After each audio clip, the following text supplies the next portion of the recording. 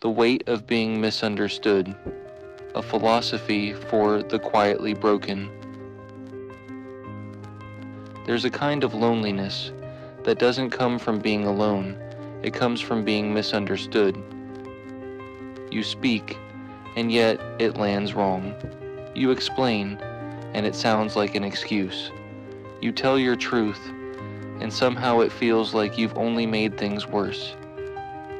It's exhausting, isn't it, to be misread, to constantly edit your words, explain your silence, defend your softness, and still feel like no one really sees you, not as you are, but as they've decided you must be. The burden of misperception.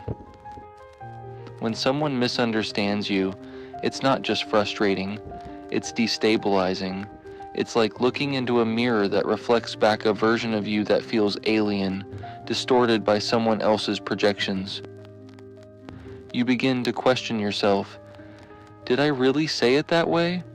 Am I too sensitive? Do I always sound defensive? The philosopher Jean-Paul Sartre once wrote, "Hell is other people." But he didn't mean it literally. He meant the version of ourselves that exists in others' eyes can become a prison. Because no matter how carefully you speak, people will still hear through the filter of their own fears, wounds, and judgments. And that gap between what you meant and what they heard can feel like a canyon no words can cross. The exhaustion of explanation. Some people are born into loud voices, clear expectations, easily decoded intentions. And some of us are quieter, more layered, slower to open, gentler in our speech. We explain ourselves not to manipulate, but to bridge the silence, to keep the peace, to soften the misunderstandings before they harden into resentment. But after a while, that kind of explaining becomes its own kind of grief, because no one should have to justify their kindness. No one should have to defend their intentions just to feel safe. As Epictetus once said, it's not what happens to you, but how you react to it that matters. But what happens when how you react is constantly questioned, even when you've done nothing wrong? Eventually you get tired of being graceful, tired of speaking gently and still being misunderstood, tired of being mistaken for manipulative when you're just trying to be clear.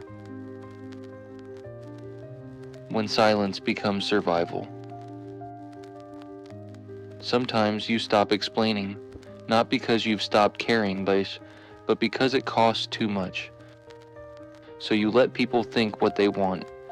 You surrender the need to be understood because it always feels like a losing battle. And in that surrender, something shifts. You begin to realize that understanding is a gift, not a right, and not everyone has the capacity to give it.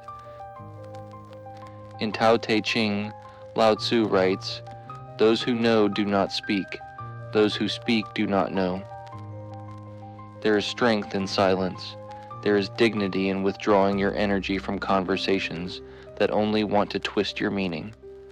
Sometimes your silence isn't weakness, it's wisdom. The misunderstood self. Being misunderstood doesn't just affect your relationships, it seeps into how you see yourself. You start doubting your value. You wonder if you're truly as difficult as people make you feel. You ask yourself, am I the problem? But here's the truth. Sometimes people don't misunderstand you because you're unclear. They misunderstand you because they're uncomfortable with the depth you carry. Some people will reject you, not because you're wrong, but because you reflect something they don't want to face in themselves. As Carl Jung said, everything that irritates us about others can lead us to an understanding of ourselves. But not everyone wants to understand. Many just want comfort, and depth, real, vulnerable depth, is rarely comfortable. The philosophy of being misunderstood. There's a quiet power in letting go of the need to be understood, not as a form of giving up, but as an act of liberation. Because being misunderstood doesn't mean you're wrong. It doesn't mean you're unworthy. It simply means you are complex, and the world does not always reward complexity. But the most beautiful truths are often the most misunderstood. Socrates was misunderstood. So was Galileo. So were countless artists, thinkers, and souls who refused to dilute themselves. In a world that praises simplicity, your layered spirit might seem like a puzzle people don't have the patience to solve. That's okay. Your value is not measured by how easily you can be explained. Healing through self-understanding. If the world refuses to see you clearly, then your first responsibility is to see yourself, to hold space for your contradictions, your nuance, your quiet intentions. To say, I know who I am, even if they don't.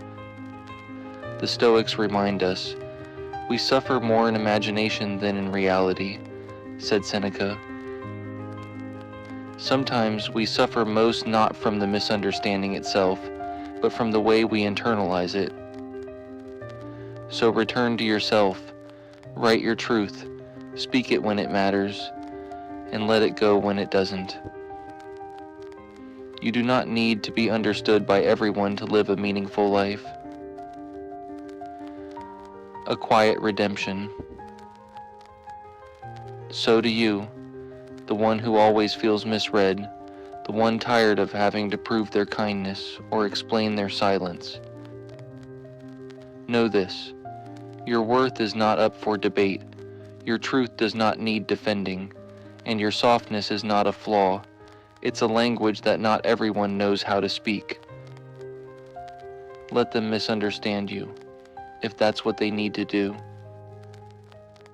But don't let it turn you into someone you're not. You are allowed to be whole, even if others only ever see you in fragments. You are allowed to walk away from conversations that only demand your explanation, but never offer understanding. And most of all, you are allowed to rest. You are allowed to be tired, and you are allowed to be free.